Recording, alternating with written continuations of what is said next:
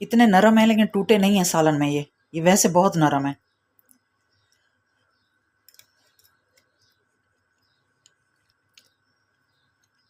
ज़बरदस्त, बहुत मज़े का टेस्ट है। बस थोड़ा सा नमक हल्का है, बाकी मिसाले जात और इसका जो टेस्ट है ना, यकीन करें बहुत मज़े का है।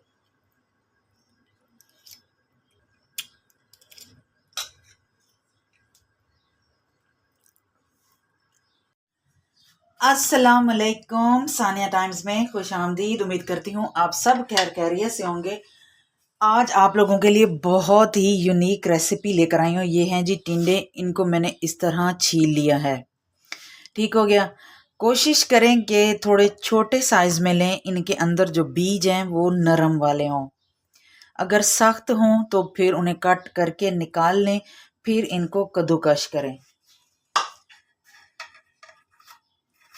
इनको हम इस तरह कद्दूकश कर लेंगे। ये बिल्कुल सॉफ्ट से होते हैं और बहुत जल्दी हो जाते हैं। और ये अक्सर बच्चों की और कुछ बड़ों की भी नापसंदीदा सब्जी है, लेकिन भाई मुझे तो बहुत पसंद है। अगर इन्हें भूनकर बनाया जाए तो ये बहुत टेस्टी सब्जी बनती है और लाजमी खानी चाहिए। गर्मियों की सौगात होती है।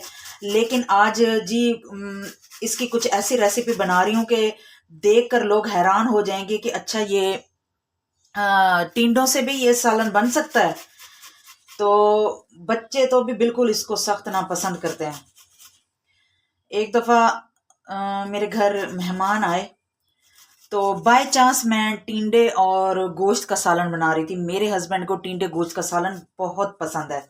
जब ये टिंडे ना गोश्त के शोरबे में जब पकते हैं ना, तो इनका जो टेस्ट है ना वो दुगना हो जाता है और बहुत मज़े का टेस्ट हो जाता है। अच्छा जी, तो मेहमान जो आए उनके घर के जो बच्चे थे ना वो टिंडे नहीं खाते थे। तो मुझे जो उनकी मम्मा थी वो मेरे पास किचन में आई। उन्होंने कहा कि बच्चे तो टिंडे नहीं खाते, आप ना आलू डाल दें। मैंने कहा सब्र करो, हम बच्चों को आज टिंडे ही खिलाएंगे। अच्छा जी, जो सबसे छोटा बेटा था ना उनका, और वो छोटा ज़ाहिर है लाडला होता है और नखरोला होता है, और वो जब भी घर आना तो सबसे पहले उसने आके देखना कि मैं किचन में क्या बना रही हूँ। तो वो आया तो मुझे कहता कि आप क्या बना रही हैं। मैंने कहा मैं आलू और है ना चिकन बना रही हूँ। ठीक है। इस तरह मैंने टिंडा उठाया हुआ था। कहता कि ये कैसा आलू है। मैंने कहा बेटा ये आलू अभी कच्चा है, इसीलिए ना इसकी शक्ल ऐसी हो गई है, लेकिन ये है आलू। तो जब वो जो येलो कलर वाला आलू होता है ना वो बिल्कुल पका हुआ आलू होता है, तो लेकिन ये कच्चा आलू है। ले जी, बच्चे ने जी उसी बात पे ना अपना ईमान बना लिया कि येलो कलर के भी आलू होते हैं और ग्रीन कलर के भी आलू होते हैं, लेकिन ये कच्चे वाले होते हैं और जो येलो वाले होते हैं वो पक्के वाले होते हैं। और उन्होंने बड़े मजे से वो सालन खाया।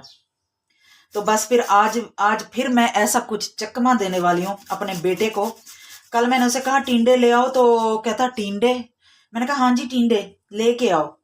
वो ले आया है। तो खैर रात फिर तो मैंने चिकन और आलू का ही सालन बनाया था उनके लिए। तो मैंने कहा ये रेसिपी फिर मैं दोपहर को बनाऊंगी। स्कूल से जब आएंगे जो बना पड़ा होगा ना तो फिर वो खा लेंगे।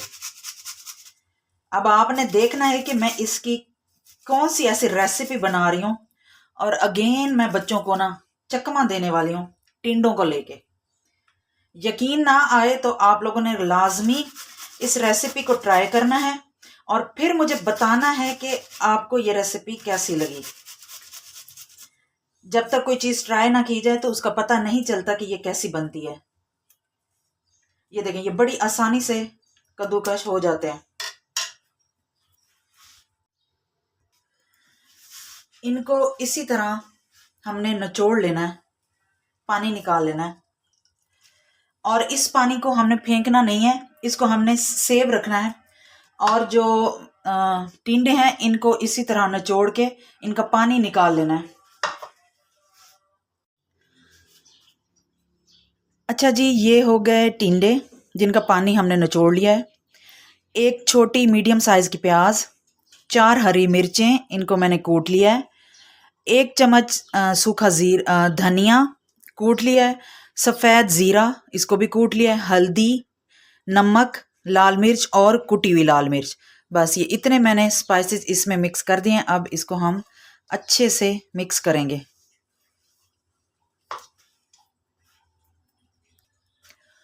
और ये है 3 खाने के चम्मच बेसन, ये भी इसमें हम मिक्स कर देंगे।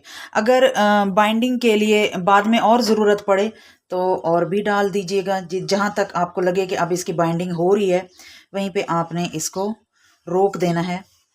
और इसके हमने बना लेने हैं कोफ्ते। मैं अच्छे से मिक्स करके फिर आप लोगों को दिखाती हूँ कि नेक्स्ट क्या करना है।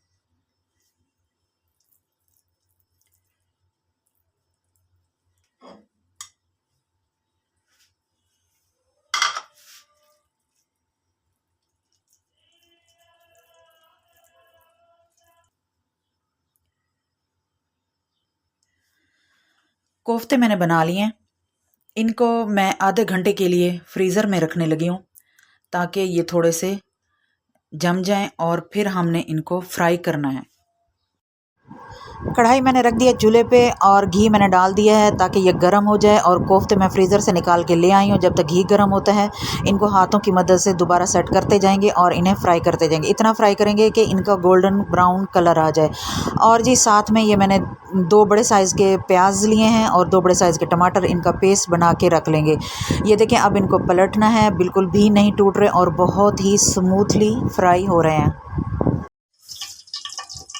जिसमें हमने कोफ्ते फ्राई किए थे वही मैंने घी लिया है। और अब इसमें टमाटर और प्याज का पेस्ट डाल के इसको अच्छे से भून लेना है। लहसुन अदरक का पेस्ट भी मैं साथ ही डाल दूंगी। इसको अच्छे से भूनना है ताकि इनका कच्चापन ख़त्म हो जाए। अच्छा जी, इसमें मैंने अगेन वही स्पाइसेस डाले हैं। बस 1 चुटकी कसूरी मेथी की ऐड की है, धनिया, ज़ीरा, नमक, लाल मिर्च, हल्दी। और अब हम इनको अच्छे से भून लेंगे। 3 अदद हरी मिर्चें,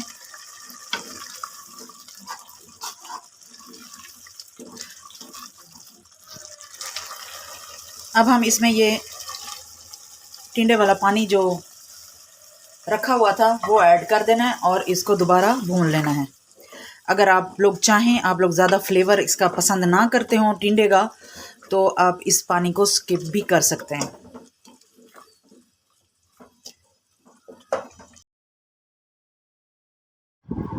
मिसाला बिल्कुल रेडी है, घी छोड़ चुका है मिसाला।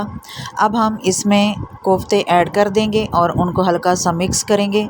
आधा कप पानी का हमने इसमें ऐड करना है और इसको 15 से 20 मिनट के लिए हल्की आंच पे दम पे रख देना है।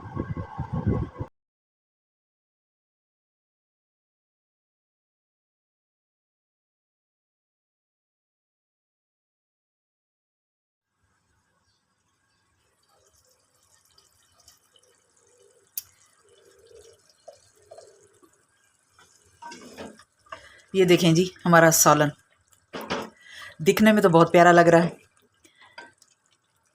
अब टेस्ट करेंगे तो पता चलेगा। किसी को पसंद आए या ना आए, मुझे तो बहुत पसंद आने वाला है।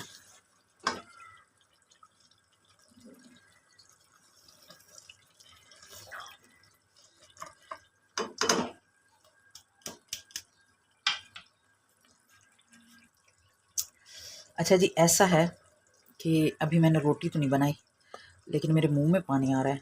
मैंने कहा मैं थोड़ा सा टेस्ट करती हूँ कि ये कैसा बना।